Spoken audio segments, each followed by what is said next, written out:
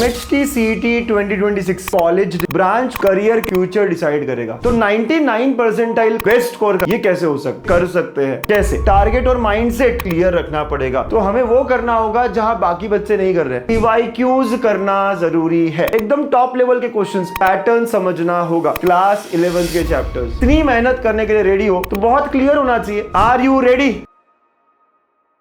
इतने सारे अच्छे अच्छे कमेंट्स आते हैं पर यार सब्सक्राइब करना भूल जाते हो। कोई नहीं, हम याद दिलाते रहेंगे। So hit that subscribe button and bell icon because MHT CET बोले तो गणित अंक। हेलो बच्चों, वेलकम टू गणित अंक। MHT CET 2026 अप्रैल मंथ में देने वाले हो। यहां से 6-7 महीने बाद आपकी एग्जाम होने वाली है। सर, मैं 99 परसेंटाइल क्रॉस कर सकता हूं क्या? कई सारे बच्चे यही सवाल पूछ रहे हैं और मेरा जवाब हमेशा होता है आप 100% कर सकते हो। 100% आप वो अचीव कर सकते हो। बच्चों, MHT CET जो एग्जाम है वो आपका कॉलेज डिसाइड करेगा, ब्रांच कौन सा मिलेगा वो डिसाइड करेगा, करियर कैसा होगा वो डिसाइड करेगा। आपका ही नहीं, आपके पूरे फैमिली का फ्यूचर डिसाइड करेगा। इतनी इंपॉर्टेंट ये एग्जाम है। इसमें स्कोर करना, वो भी बेस्ट स्कोर करना बहुत जरूरी है। तो 99 परसेंटाइल क्रॉस करना या 99.9 परसेंटाइल लाना, ये कैसे हो सकता है और ये कर सकते हैं क्या? जब मेरे इतने सारे बच्चे 2025 MHT CET में कर सकते हैं तो बिल्कुल आप भी ये मचा सकते हो, आप भी ये कर सकते हो। कैसे? तो बहुत जरूरी है कि आपका टारगेट क्लियर होना।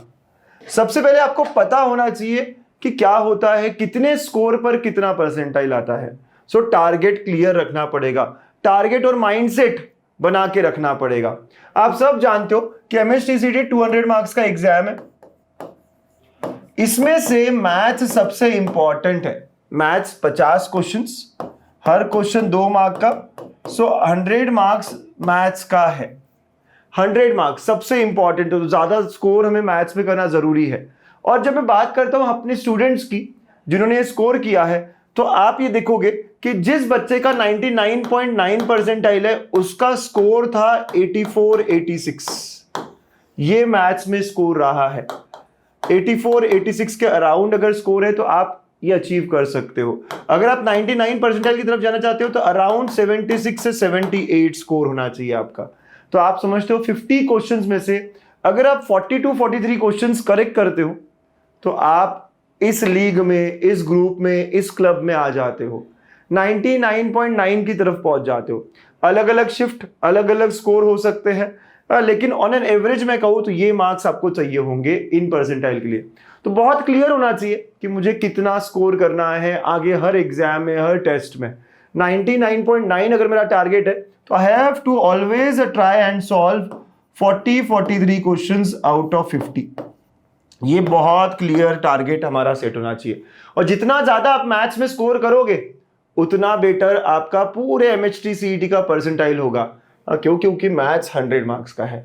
तो सबसे पहले माइंडसेट और टारगेट क्लियर रखना जरूरी है, बिल्कुल क्लियर रखना जरूरी है। सेकंड, जहां सब बच्चे वीक हो जाते हैं वहां हमें आगे बढ़ना होगा। अगर हम चाहते कि हम टॉप कॉलेज में टॉप ब्रांच मिले, हम पहले 500-1000 बच्चे में आए, तो हमें वो करना होगा जहां बाकी बच्चे नहीं कर रहे। हमें हाई वेटेज चैप्टर पर पूरी पकड़ बनानी होगी। आप जानते हो कि पूरा CET में मैथ्स को लेकर 25 चैप्टर्स है, जिसमें से 15 चैप्टर्स क्लास 12 के हैं। ये क्लास 12 के चैप्टर्स है और प्लस 10 चैप्टर्स क्लास 11 के हैं। तो इन 25 चैप्टर में से वो हाई वेटेज चैप्टर्स कौन से, और वो मुझे बहुत अच्छे से आने चाहिए। इनके सारे फॉर्मूले, सारे type of questions, her important सवाल सब रटा हुआ होना चाहिए। अब सर वो है कौन से?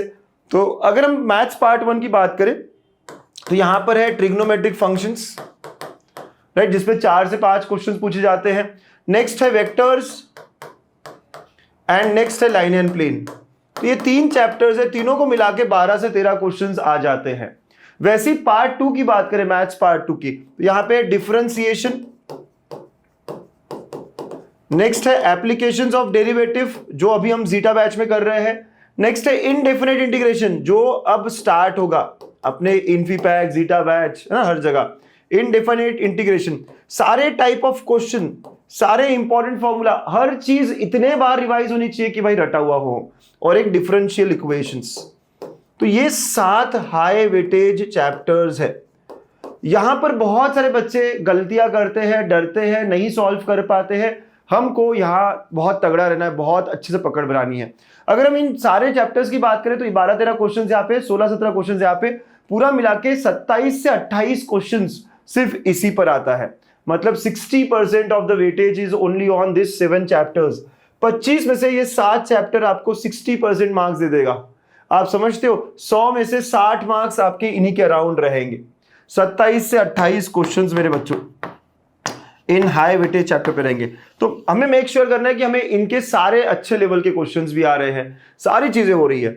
अब आप मुझसे पूछोगे सर वो तो ठीक है, आ रही है, करना है, लेकिन कहां से करें, कौन कौन सी बुक्स करें, कितनी बुक्स करें, कितने क्वेश्चंस करें, ये सवाल सबका होता है। और मेरा जवाब इस पर एक ही है, पीवाईक्यूज करना जरूरी है, वो भी पिछले 3-4 साल के। अगर आपने 25, 24, 23 अगर 3 साल के भी पीवाईक्यूज किए, आप सोचो ना, हर साल 15 शिफ्ट होती है, हर शिफ्ट में 50 क्वेश्चन होते हैं, 750, ऐसे तीनों की मिलाओगे तो 2250 से ज्यादा क्वेश्चंस आपको मिलेंगे सिर्फ 3 इयर्स में। अगर आप चाहो तो एक और साल बढ़ा लो, 2022 भी कर लिया आपने तो ये और 750, अराउंड 3000 प्लस क्वेश्चंस हो जाएंगे।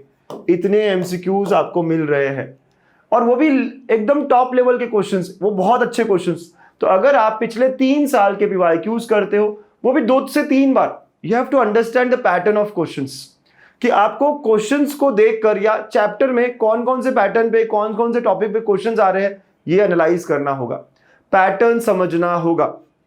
तो ये बुक करना है क्या, वो बुक करना है क्या, जेई के क्वेश्चंस करना है कि ये क्वेश्चंस करना है क्या, मेरा हमेशा सजेशन ये होता है, और मेरे जितने बच्चे अभी तक स्कोर करके गए, हमेशा सबका कहना है PYQs are the most important ones. अब पीवाईक्यूज को एक बार नहीं, 2 से 3 बार, अगर आप 3 बार कर लो, अभी चैप्टर सॉल्व करते करते एक बार, बाद में जब चैप्टर सारे खत्म हो जाएंगे तब, और एकदम लास्ट में एक और बार रिवीजन, अगर आप 3 बार पीवाईक्यूज कर लो तो आप पक्का 99 परसेंटाइल क्रॉस करोगे, प्रॉमिस है, ये गारंटी है, राइट। तो पीवाईक्यूज, और जब भी पीवाईक्यूज कर रहे हो तो you have to understand the type of question, the pattern of question, कि बार बार किस पैटर्न पे सवाल पूछे जा रहे हैं। तो ये बहुत इंपॉर्टेंट है, राइट। तो ये काफी जरूरी चीज जो आपको करनी है, ठीक है, द मोस्ट इंपॉर्टेंट वन।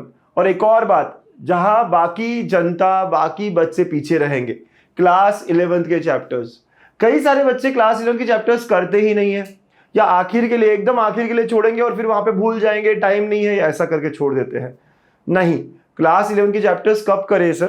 तो क्लास 11th आप जब क्लास 12th का चैप्टर हो रहा है, साथ साथ में सपोर्टिंग कर सकते हो। जैसे कि अगर मैं ट्रिग्नोमेट्रिक फंक्शंस कर रहा हूं तो आप ट्रिगो 2 कर लो, अगर मैं पेयर ऑफ स्ट्रेट लाइंस पढ़ा रहा हूं तो आप स्ट्रेट लाइन कर लो, सर्कल कर लो, ठीक है। अगर यहां पे डिफरेंशिएशन चालू हो रहा है तो आप लिमिट्स कर लो, कंटिन्यूटी कर लो। तो ऐसे करते करते आप बहुत सारे चैप्टर्स को साथ साथ में खत्म कर सकते हैं। जो बचेंगे 3-4 चैप्टर वो आखिर के लिए रख सकते हो। तो आपको जो चैप्टर लिंक हो रहे हैं वो वही कर लेने चाहिए। क्लास 11th के हर चैप्टर से एक सवाल आएगा, तो वो एक सवाल भी मुझे पकड़ के रखना है। मैं टॉप परसेंटाइल, टॉप 100, टॉप 500 में आना चाहता हूं, मुझे हर चीज ठीक से करनी पड़ेगी। ये मन में बांध लो, ये खुद को कह दो, राइट। ऐसा नहीं चलेगा कि क्वेश्चन देखा, हाँ ये ऐसे हो जाएगा, ये ऐसे हो जाएगा, ये ऐसे हो जाएगा, नहीं। लिख कर, बहुत बहुत प्रैक्टिस करके, अब बहुत एफर्ट देकर, सॉल्व करके, फाइनल आंसर्स तक सारे कैलकुलेशंस करके, उसके बाद ही कहूंगा हाँ मेरा ये हुआ है। अगर इतनी मेहनत करने के लिए रेडी हो तो पक्का आप 99 परसेंटाइल क्रॉस करोगे, पक्का, राइट। तो 99.9 भी आप लेकर जाओगे, राइट। हो सकता है आपको सर 99.9 ये मेरा नहीं है गोल, मेरा गोल 95 है, 97 है। अरे अभी टाइम है, सोच कर तो देखो, अपना गोल हाई रखकर तो देखो, क्या पता आप भी 99 परसेंटाइल क्रॉस कर लो, राइट। गोल हाई जरूर रखना है आप सब लोगों को। और एक और बात, जब आपको इतना स्कोर करना है और सीईटी एग्जाम जो है वो टाइम बाउंडेड भी है, आपको सिर्फ 90 मिनट्स मिलेंगे 50 क्वेश्चंस करने के लिए। अगर मैं मैथ्स की बात कर रहा हूं तो अब यहां पर स्पीड भी बहुत इंपॉर्टेंट रोल प्ले करती है कि हमें क्वेश्चंस फास्ट करने हैं, सारे क्वेश्चंस को सॉल्व करते नहीं बैठना है, हमारे पास जुगाड़ होने चाहिए, हमारे पास शॉर्टकट्स होने चाहिए। बिल्कुल हमें पता होना चाहिए कि कुछ क्वेश्चंस, और अगर आप कोई भी सीट का पेपर देखोगे तो आराम से 10 से 12 क्वेश्चंस आप जुगाड़ से कर सकते हो। उसके अलावा जो बचे हुए 30, 35, 40 क्वेश्चन है वो आपको सॉल्व करके आंसर लाने पड़ेंगे। बट ये जुगाड़, ये शॉर्ट ट्रिक्स आपका टाइम सेव करेगा। हाँ, आपका स्पीड भी जितना आप प्रैक्टिस करोगे, जितना आप लिख लिख कर देखोगे वो बढ़ेगा। तो स्पीड बढ़ाने का तो एक ही तरीका है, कितना आप प्रैक्टिस कर रहे हो, कितना लिख लिख के देख रहे हो, कितने फॉर्मूले आपको याद आ रहे हैं और रिकॉल हो रहे हैं। जब भी मैं सॉल्व करूँ फॉर्मूला देख नहीं रहा हूँ, मुझे याद है फॉर्मूले, अगर याद नहीं तो पहले मैं बहुत बार बोलता हूँ, याद करता हूँ, फिर मैं सॉल्व करता हूँ। राइट, अगर आप इस तरह करते हो तो आपकी स्पीड अपने आप बढ़ेगी। अब एक्यूरेसी, आप कहोगे एक एडवांटेज है कि there is no negative marking, कोई निगेटिव मार्किंग नहीं है सर सीईटी में, ये बहुत अच्छा एडवांटेज है। लेकिन अभी आप जब भी कोई पेपर सॉल्व करते हो, क्वेश्चन सॉल्व करते हो, तुक्का नहीं लगाना है। राइट, आपको ध्यान देना है कि मेरी एक्यूरेसी कितनी बढ़िया है और कितना सही करता हूं। अगर मैं क्वेश्चन देखकर समझ रहा हूं कि ये कॉन्सेप्ट पर है, इसे ऐसा सॉल्व करना है, वो क्लिक अगर हो रहा है तो आपकी half of the battle is already वोन। क्वेश्चन देख कर ही समझ में आया सर ये फॉर्मूला है, इसमें ये निकालना है, ये डालना है, बाप रे बाप, यही चाहिए है हमको। राइट, तो जब भी आप प्रैक्टिस कर रहे हो मेक श्योर कि आप थोड़ा टाइम बाउंड करो। 1 घंटे में 10 क्वेश्चंस करूंगा, 15 क्वेश्चंस करूंगा, धीरे धीरे धीरे वो इंप्रूव होगा। खुद की स्पीड समझो और धीरे धीरे इंप्रूव करते रहो, सॉल्व करो पूरा पूरा, है ना। और हाँ, शॉर्टकट्स, जुगाड़ अगर है तो उन्हें यूज करना भी सीखिए। हर क्वेश्चन 50 क्वेश्चन अगर आप लेंदी वे से करना चाहो तो बहुत डिफिकल्ट होगा, आप नहीं कर पाओगे पूरा पेपर सॉल्व। ठीक है, तो एक्यूरेसी, स्पीड पर भी हमें ध्यान देना होगा। And the most important one, अभी से 90% बच्चे ये नहीं करते हैं, अभी से टेस्ट देना शुरू करो। चैप्टर टेस्ट, जैसे ही चैप्टर खत्म हुआ उसके ही बाद चैप्टर टेस्ट देना शुरू करो। राइट, मिनी सीईटी जो मैं हर महीने ले रहा हूं, अगस्त में लिया, आप सितंबर में भी है, तो मिनी सीईटी को पक्का अटेम्प्ट करना है।